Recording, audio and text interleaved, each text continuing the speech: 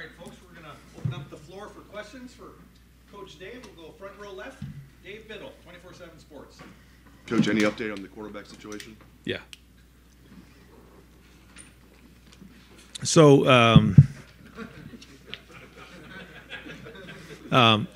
both graded out champions in the last scrimmage. Both have gotten better, but to this point right now, I mean, as honestly as I could say it, you know, there's not one that have won the job. There's not one that's lost the job.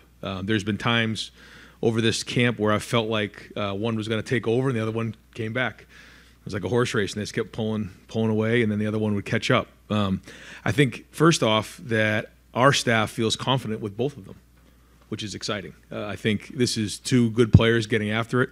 I think they're making each other better.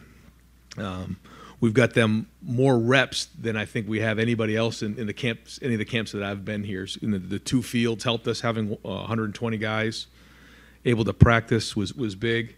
You know, I asked the staff this weekend after the scrimmage. You know, I just took a straw poll, and it was almost split right down the middle. So what does that mean? Well, I think that it's going to continue to go on this week. You know, and we'll go from there, right? Is there a chance that both of them can play in the first game? I think the answer is yes, that's a chance. But we're going to keep working. We don't have to make that decision right now. But I can tell you that I am pleased with their progress, and you know, our staff feels strong with both of them playing. You know, where it goes, we'll keep putting one foot in front of the other. Third row right, Tony Girdman, Buckeye Huddle. Ryan, when it comes to choosing a quarterback, you mentioned talking to the staff. How much weight does the defensive staff's thoughts on having to defend somebody weigh? A little bit, but I like to get their feedback on what they see every day for sure, and that's why I did that. Same thing on offense. I like to know what the O-line coach thinks of the quarterbacks. I like to know what the special teams coach sees. You know, it's good to get a consensus of that, but ultimately, you know, it'll be my decision. As you said, it's split down the middle. Was the defense in favor of one guy versus the offense in favor of the other guy, perhaps? No comment. Fourth row middle, Pat Murphy, 24/7 Sports. Ryan, you emphasize that you're comfortable with both, but obviously the longer this goes on, the more perception is that maybe one guy isn't. I know Dave asked you last week if you believe in the adage of two quarterbacks, you don't have one. How do you, if you do have to handle this, how do you handle it with both guys? Well, you know, there's been situations in the past where you have the two really good quarterbacks on the roster, and you know, these things have a way of working themselves out. Now, when? But I can't sit here and honestly say. And I met with the quarterbacks, and they agreed. You know, there's not one that's that much further ahead, but they both graded out champions in the scrimmage. They're both playing very well, so that's really good, and we have confidence in them. So we've talked about this before. You don't know until you get into the game what exactly you have, and practice is good. Practice gives us a snapshot of what you're going to see in a game, but once you start getting tackled and you're in the situations and you're live, that's a whole other thing. So we'll just keep trying to, you know, figure it out one day at a time. But I've been in situations, not very many, where you don't have a quarterback, and it's like that's not a good feeling. We're going to have a quarterback, and you know, we may have two, and if they deserve to play, they're going to play. Third row left, Andy Andrews, 11 Warriors. Yes, on the offensive line, have any of those position battles been settled, and what was your evaluation of how they performed on the scrimmage Saturday? I think that they've improved. I think as we head into the first game, you'll see. I have to make another correction. Josh does like to be called Josh. The guys were calling him Jimmy, so it's back to Josh Simmons. So getting spun around here in circles. But Josh, you'll see Josh at left tackle. And as of right now, going into this week, you know, he'll probably be the starter.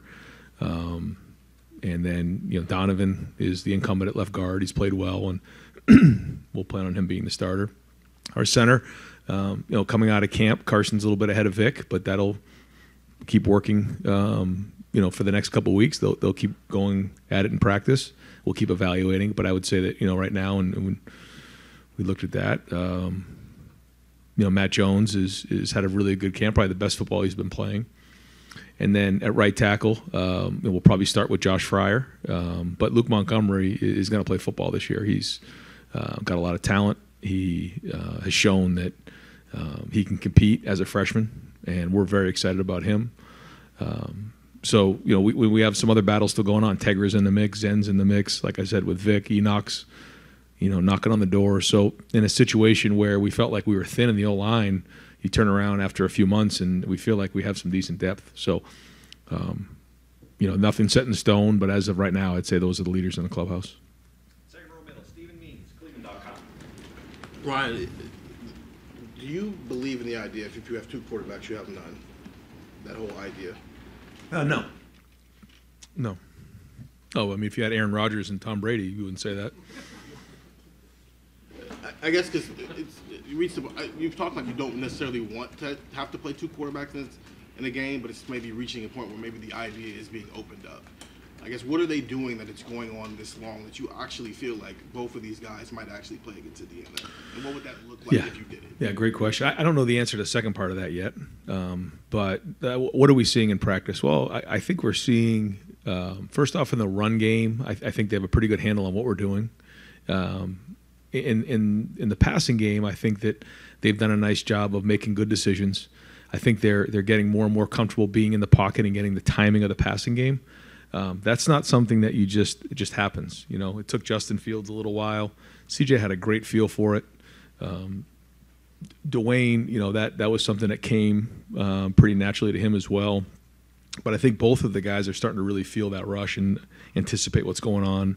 But, a big thing for us has been situations. I think I've mentioned that before. So we've put them in 2-minute situations. Kyle had a really nice drive in the 2-minute drill. So did Devin. One of them was to score. Well, actually, there was 2 touchdown drives and 2-minute drills in the scrimmage on Saturday. Those are good signs. When you're seeing them play the game, you're seeing them win third down in the red zone, 2-minute, because that's where you make your money as a quarterback. And we're seeing some real improvement in those areas. Now, we got to go put it on the field, and you don't know until you get into a game. But those are the areas that we're seeing the biggest improvement. The third row right, Rob Aller, Columbus Dispatch. Yeah, Ryan, you're seeing improvement in both guys. That said, are you surprised that one has not stepped forward with the one guy's been in the system a little longer than the other? Are you surprised at all that some guy hasn't won the job? Yeah, no, I don't think so. I think they're both doing really well.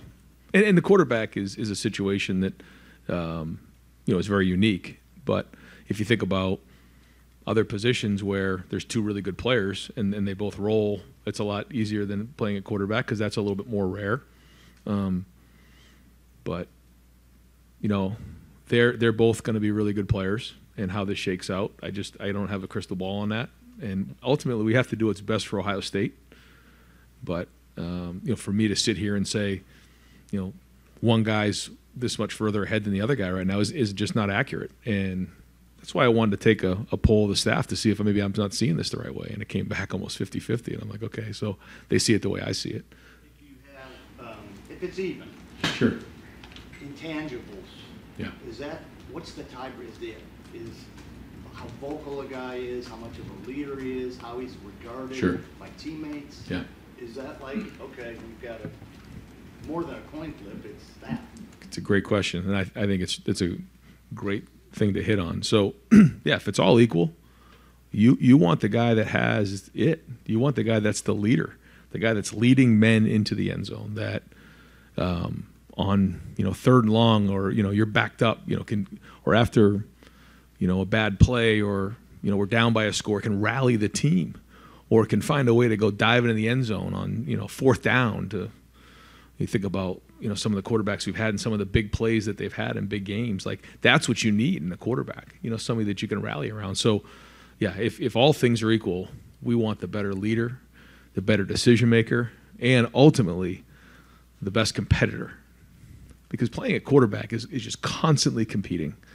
And there's going to be good days, there's going to be bad. You have to be resilient, as we all know, especially being the quarterback at Ohio State. So those are all things that are in consideration. Right next door, Dylan Davis, Delaware Gazette.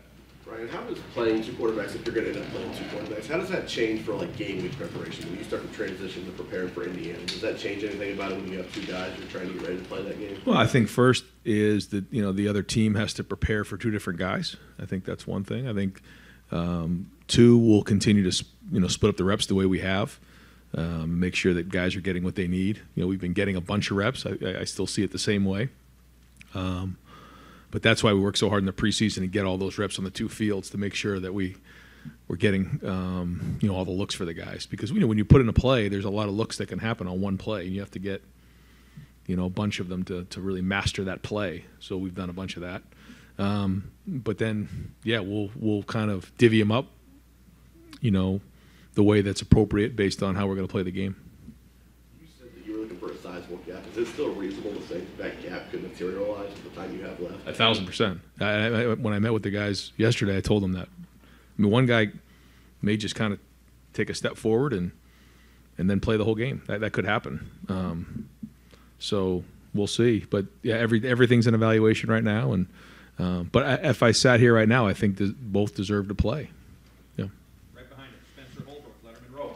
Ryan, not just as it pertains to quarterback, but you're saying not everything's set in stone on the offensive line. How much of this is just the same mindset that you're keeping from the spring, where you were keeping track of everything and making sure everything was competitive? You guys might, is there a level of you guys might have an idea of who's going to play, but you don't want to name them because you're trying to keep it competitive through the entire offseason?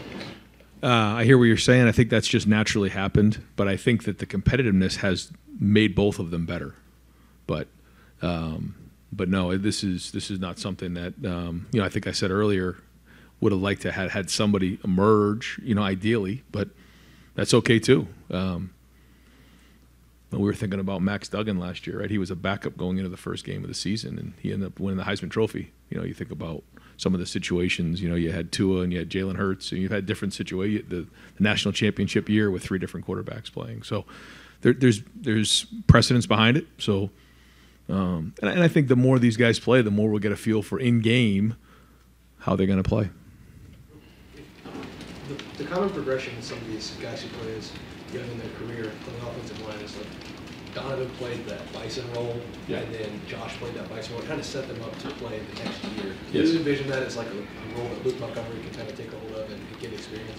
Yeah, it could be. It could be, yeah. I mean, we feel like we have some pretty good tight ends now, but yeah, I mean, those are the types of things we're looking for, to get Luke involved. He's done a nice job, and everything you invest in Luke, you're going to get back down the road.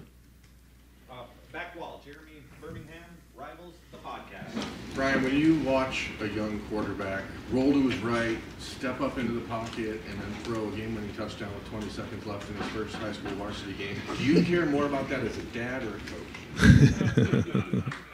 coach? As a dad, yeah, it was a pretty cool moment. Now, for this group, have you noticed any sort of discernible difference in the way the team responds to Kyle or Devin, or is that down the middle? I mean, it seems like outside looking in, we see they have very different personalities. Devin is a little bit more outgoing. Yes. Kyle's confident, but he's quiet. Yeah. Do you see any differentiation in that respect? I've been looking close, but you're right. They both have different personalities. Kyle has built relationships in the locker room, outside of the Woody here for 3 years, and he's got a good group. I mean, the guys really rally around Kyle. They believe in him. They trust in him. They know who he is. Devin has really in the last 6 months really stepped up in that area. He's got a lot of juice. He takes command on the field. You can feel that when he's out there. So both a little bit different styles, but I've been watching close to see how the team rallies around each of them. I don't quite feel it's one way or the other. I think they're out there practicing. I think as we get closer to the game and we start playing in games, I think you'll maybe feel that a little bit more. But right now, like I said, I think that if you asked our players, they believe in both of those guys. You pick both of these quarterbacks in the recruiting process. How much of that, in your mind, is going back to what Jake Wickham? Is there a differentiation in your mind when you were recruiting them? Like, what made them special and where they are now? Are they both where you expected? The thing we say in recruiting is that the best we can do is we're going to put you in a room with other 4- and 5-star guys and let you compete it out and find out where you go. And that There's going to be good days, there's going to be bad days, but in the end, you just got to keep coming back and being resilient, because that's a huge part of playing quarterback, working through adversity, working through tough times. And the one thing for Kyle is, he's been here now for 3 years. He's seen it, and, probably could have gone somewhere and played as a freshman or a sophomore, but he stuck in there and he's been loyal. And so I give him a lot of credit for that. And you look at Devin, who came here when, that was a pretty packed quarterback room when he showed up, and he didn't shy away from that competition. So both unique stories, but that have gotten to this point right now. And then Tristan and Lincoln have their own story. So that's one of the things that makes that room great, is that, you're going to be in there with really good players. Fifth row right, Cameron T. Robinson, The Athletic. Ryan, as you guys prepare for Indiana, at what point do you just say, okay, they're both going to play, we have to figure out who's going to get the first drive, how you're going to divvy up the rest of it? Yeah, probably, we'll work on them a little bit this week. We'll still be mostly, good on good, but we'll start to mix in some stuff. And then as we get into game week, that's where you got to really start to have a plan on how you want to do it. So is it for you play this week out, and if they're still even, they're both playing against Indiana? Yeah, that's fair to say. Second row right, Bill Landis, Rivals, the podcast. Right.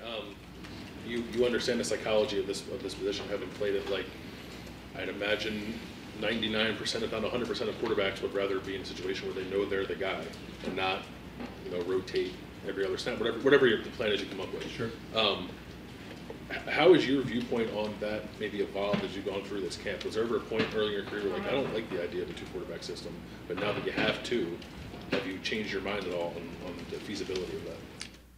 Not that I've changed my mind. I think this year is unique. Every year is different. Every dynamic is different. And I hear what you're saying on that, but it's where we are, and those guys are going to continue to compete, and we'll kind of see who ultimately emerges. I'd be surprised if it continues throughout the season. Once you get into the games, but it's been close. It's been back and forth, and I think to your point, you would like to have somebody who's the quarterback to play the whole game, but for me to say, hey, this guy should just play the whole game and the other one shouldn't, that's not the right thing to do right now, because they both deserve to play at this point.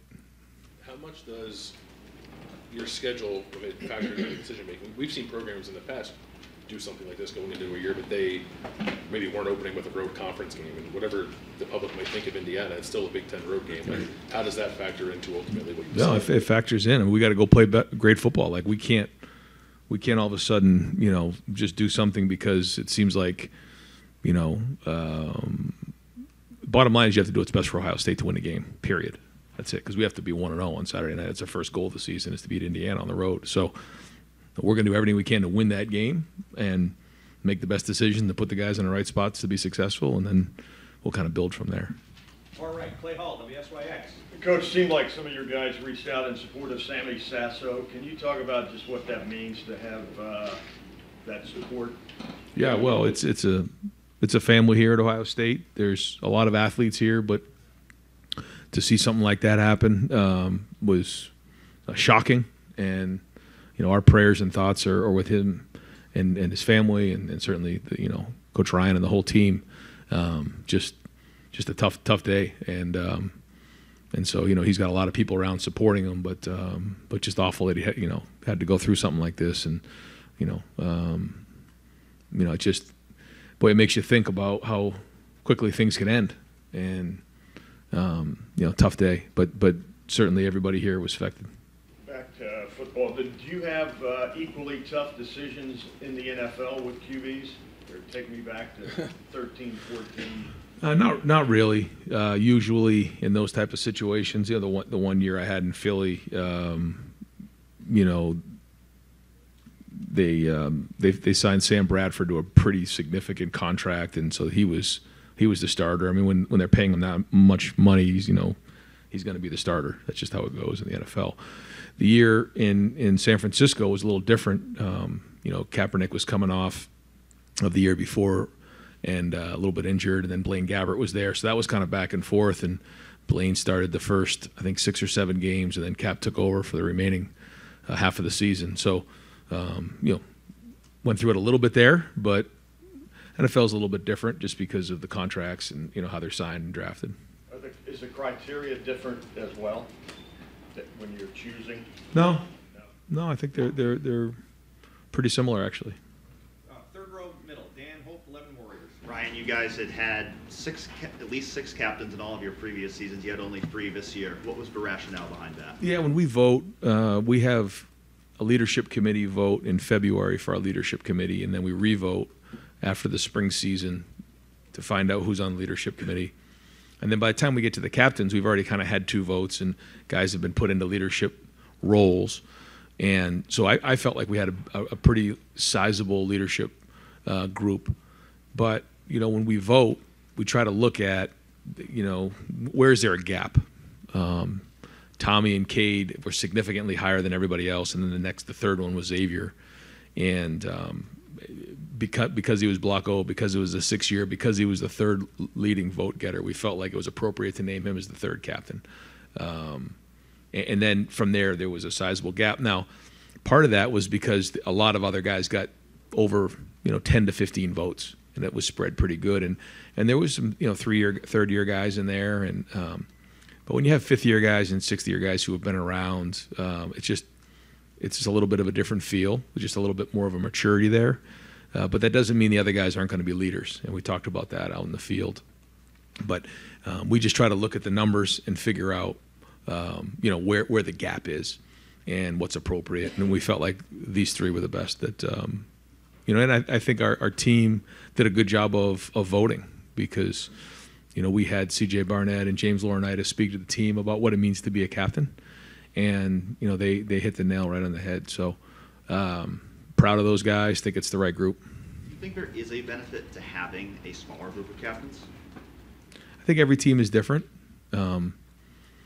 It's kind of like you think about some teams where if you don't have 1, 2, or 3 guys that you feel really strongly about, then sometimes you spread it 4 or 5, and that usually is indicated by the way it's voted on. This year there was a pretty strong gap in there, and that was clear. And it worked out, 1 on offense, 1 on defense, and then Xavier is going to be a huge contributor on offense, but he's also played, over 700 snaps on special teams. So you really kind of have an offense, a defense, and a special teams. And so that just worked out. Second row middle, Nathan Baird, Cleveland.com. I think there's a conventional wisdom that when you got 2 guys who are that even, that maybe the tie should go to the young guy because when that guy gets all the first team reps, maybe that development would kick in, they would pull farther away. Where do you see a flaw in that logic? Do you see it? No, I mean, I think. No, I wouldn't say that. I mean, I think if all things are equal, you probably go with the guy who's been in the program longer for at least for the first snap, and you go from there. But like you said, we'll have to just keep evaluating it. There's a lot of different ways to look at it, I guess. You said that when you took that straw poll that it was almost even. So why didn't that sway it one way or the other? Because that would imply that somebody came out ahead there. Did it not jive with how you were seeing it? Or? I just wanted to get an idea what they were thinking. Deep right, Joe Newton, WCMH. With Xavier Johnson wearing the Blanco this year, what stands out to you about his journey? When you think about somebody who came in as a walk-on, earned a scholarship, had that touchdown catch in the Notre Dame game, then the next play runs down on kickoff and gets a tackle inside the 20-yard line. The touchdown against Georgia, he played running back for us, had that long run against Indiana. He's played over 700 snaps at special teams here. And we say that when you play on special teams, you become a better football player. You're learning how to play every day. Every time Coach Fleming is in here in a special teams meeting, the guys in there are learning about football, how to play in a football position, how to strike at the point of attack, how to avoid contact, how to make contact.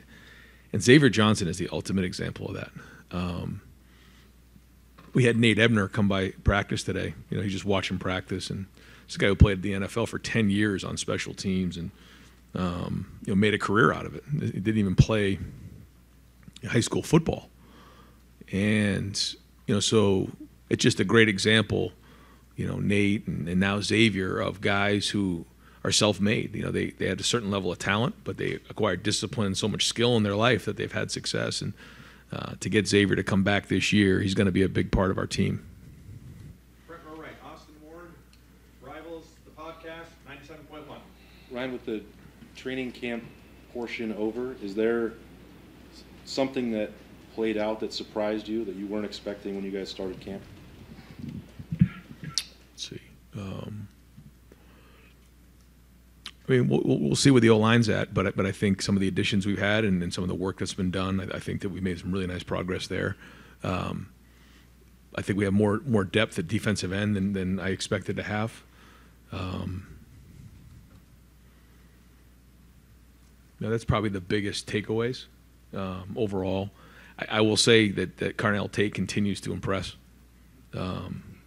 To go through what he's been through this month, and then just to continue to show up every day and play the way he's playing, you're talking about someone who not only has talent but has maturity at a high level. I've been very impressed with Carnell. I think the other thing that's noticeable is when you come out to practice, you see the defense getting their hands on more balls overall. I think they're challenging more aggressive, a little bit older, and a lot more length. Just if you watch our defense go out there, you just look at that defense. It's got a lot more length and size than maybe we've had in the past. The debate with, or I don't know, the discussion with Carnell in the meeting room. How's that? How do you fit him in when you have that top three coming back? What are some of the ideas there? I mean, those are all things we'll have to figure out as we get closer to the game. But there's a lot of snaps. We'll rotate guys the long season, so those things find a way to work themselves out at that position. But he just keeps stacking days and keeps impressing. Fourth row right, Andy Backstrom, Letterman Row. Ryan, you mentioned last week that the kicking battle was back and forth, and you wanted to get it settled by the end of last week. Where's it at with Jaden and Parker right now? I have not talked to Parker about a final decision on that yet. I plan on doing that this afternoon, so I can probably have an update for you next time I get with you. What more do you need to see from either one? Probably nothing more. I think we probably have an idea where we're going into the first game. But I want to talk to Parker before I mention anything to you guys. Front row, Joey Kaufman, Columbus Dispatch. Ryan, with Josh at left tackle, what has he shown you over the last week since he kind of moved there that sort of solidified him there? Yeah, ability off the chart, talent off the chart, just jumps out, movement, strength, just needs more and more reps, needs to keep playing, but has a chance to be as good as he wants to be. Does the fact that he, when you were kind of weighing all your options, the fact that he has a full year of starting experience, how much did that sort of tip things for him? A little bit, but I walked by him the other day and I said, this is just like San Diego State. And he said, yes, sir. And then I walked away and he says, Coach, this is nothing like San Diego State. Okay. So, I mean, he's going to, be in a different environment. But he has played and they play very, very good football there. And they play against good teams. So that's a good sign. And he's competing every day. Every day he's going against, JT and Jack and Kenyatta, and it just keeps coming at him. And so he's responding well to that. So that's good. Definitely not a finished product at all, but he does know what it feels like. He knows what it's like to play a season and all that. So that is helpful for sure. But it's going to be a different challenge for him. Right next door, Tim May, Letterman Row, Tim May podcast. Thanks, Jerry. I'm not going to ask you more quarterback questions because you've answered those about 10 times over the last 3 weeks. I do want to ask this. Rodgers or Brady, which one would you have started? Ooh. You brought it up. I would have played them both. When you look at what y'all did in the transfer portal this year with Tywone Malone bringing what he's brought, it looks like to the middle of that defense, at least substantial depth.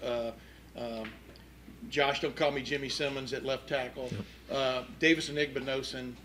Did y'all hit home runs there? How would you describe what y'all score? Tristan Gebbia, a guy who's played and is offering obviously leadership in that quarterback room, even though he's not the starter. Yeah, I don't want to say that yet because we haven't played a game.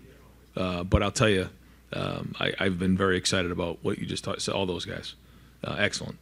Just I think we did a nice job not only evaluating but also identifying the right fit. And the guys that you mentioned, the roles that they've taken on, I'm excited to see all of them. But you're right. I don't want to say because we haven't played anything. How am I going to say anything? But it's been very encouraging. But it just jump out to you that all those guys have played. Yep. You know what I mean? They're Yeah. not. You're not bringing along neophytes there. That's right. Yeah, and like Davidson, he played at Ole Miss. He's playing in the SEC. I mean, he's playing against real teams every week.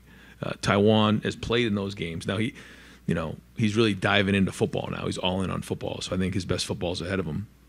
But you're right. These are not guys that are coming out of high school. They've actually played in games. And you talked about Cardinal Tate a minute ago, and Noah Rogers lost his black stripe and stuff. How pleased are you with that group? I mean, that young group of receivers. That's an obvious, kind of an obtuse question, but yeah, excited about them. I think that they hit the third week of preseason camp a little bit as a group, but Brandon Innes, I believe he got his black stripe off today. And that was exciting to see him because he had a nice scrimmage. He's a football player. I think we all wish he was here in January, but that's okay. He's doing a great job. He had to come in the summer and kind of figure all that out, and so he will. And he's got a pretty crowded room in there that he's got to work through. But he's trying to get in on special teams as a returner and those type of things. So Bryson and Noah are working hard, and obviously Carnell's there. So very encouraged with them. I like their work ethic. I like where they're at. They're still freshmen. They're still working through all that, but it's been mostly positive. what an era though, because you're talking about receivers coming in who are almost complete. I'm not saying not saying they don't have anything to work on, but it's interesting. The receivers, the top level receivers, are coming out in college football now, isn't it?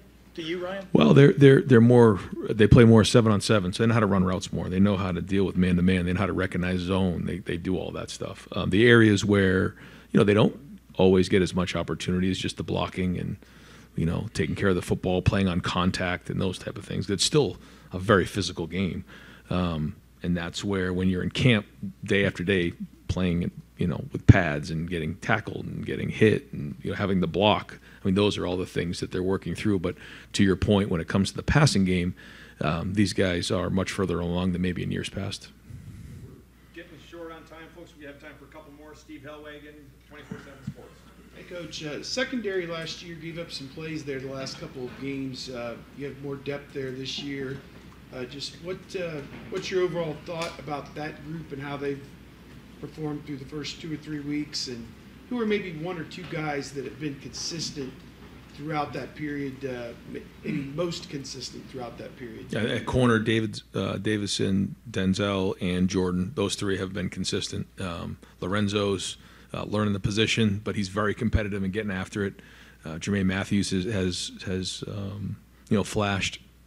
The young guys, Calvin and I think I'm missing Jair, Ryan Turner. I mean, those guys have all played. But I think when you look at probably Denzel, Jordan, and Davidson, those guys have probably been the most consistent this camp. It's safety. Lathan and Proc, Malik has done a really good job stepping up. You're going to see him play a lot this season. He's got a bright future ahead of him. Jihad's going to be in the mix for sure and play. And then obviously Cam and Sonny have done well.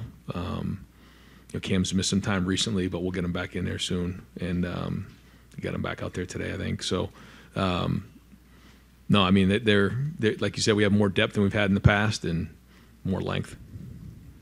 Front row middle, Bill Rabinowitz, Columbus Dispatch. I will ask you a quarterback question. Sorry, Tim. How much do you weigh floor versus ceiling? That that if you start this player, you'll get this at the start, but maybe another guy's got more potential. Maybe it's the same guy's got both. Right. And especially considering, not to slight the first three opponents, yep. but you can maybe ease into it before you play Notre Dame. Yeah, I think that plays into it. Yeah, I think you want to figure out who has the highest ceiling, who can develop more. I think that does play into consideration, but at the same time, you're not going to do that at the risk of losing games. And how are you handling it, and how are the quarterbacks handling this? I'm sure they would love to have had a decision, and I'm sure you would like to have had this. Yeah, it's college football. every year has a different story. Every year has a different challenge, and you work through. I know in my heart this thing is going to work itself out. But I'm proud of the way the guys are competing. I am. I mean, if I felt any other way, I'd say it. But now they're going to have to go, keep pushing through and competing. And if it goes into the season, it goes into the season. How much better do you feel about your team overall now versus at the start of camp? Yeah, I mean, we'll see. We got to go play football, but I think I mentioned to you before that I feel like this is a more veteran team. How do you know? You're just more consistent every day. You know what to expect. Tommy Eichenberg, just how many times has he seen counter now in his career? He can call it out before it even happens. He looks at the guard and he starts yelling counter. Like that just. It has a different feel to it. So excited to get on the field. Looking forward to, kicking off this first game and go see what we got. And then the journey begins. It's a long road all the way to the end of the season. But our first goal this year is to beat Indiana. Second one is to win all the other games leading up to the rivalry game, and then we're going to go from there. And final questions, Doug Lamreese, the podcast, Kings of Columbus. Ryan, sometimes you have a quarterback competition, sometimes you don't. Based on the level of play that you've seen from the quarterbacks, if one of them wasn't here and you were getting ready and the other one was going to be this quarterback, how would you feel about that quarterback if he wasn't in a competition? Yeah, I feel good. Feel good that we have a good quarterback that we're going to develop and continue to build on. And I mean that's what I'm saying. I think that we have confidence that these guys can go in and play and play at a high level. Now, how high? The expectations are pretty high around here, and I think that's where we're not sure, but yeah, I would say that we feel good with both of them right now. So if you're in a place where, based on their level of play, you feel good about both of them, then it really is sort of the process of how you make this decision, how they play. What do you have to do so that process doesn't go wrong? You know what I mean? Well, like, hey, we have two good quarterbacks, but somebody got in his own head because he was in a competition. Like, what is there any, not fear, but is that something to think about? I guess, but ultimately it's going to come down to how well they play. I mean, you guys are going to see them play here. Maybe two, maybe one. We'll see. But in the first game, and we'll start to evaluate that, and we'll see. Because ultimately it's going to come down to how well they play, and then it's going to kind of go from there. And I mean, will I be surprised if we get into week 6 and both of them are playing exactly? I guess they could be, but usually when you start getting into games, you start to see somebody pull away. And I thought maybe that would have happened by now, but it's neck and neck. There was a point twice in camp where I thought one was pulling away from the other, and then 2 practices went by, and the other one really played well, and the other one kind of leveled off. And I would let them know, too, right then and there. I'd say, you were pulling away, and he just kind of took over a little bit, And so one thing's for sure is they can't take a down off. They can't take a play off, and they're pushing each other, and that's good. I kind of use that racehorse analogy. I mean, they're running down the stretch against each other, and one pulls away, the other one goes. I mean, they're going hard. So, the bottom line is, that finish line isn't, right now. I mean, we're going to keep going and keep running, and give them the opportunity, and we'll just keep evaluating it. Coach, thank you very much. Thanks, guys. Yep.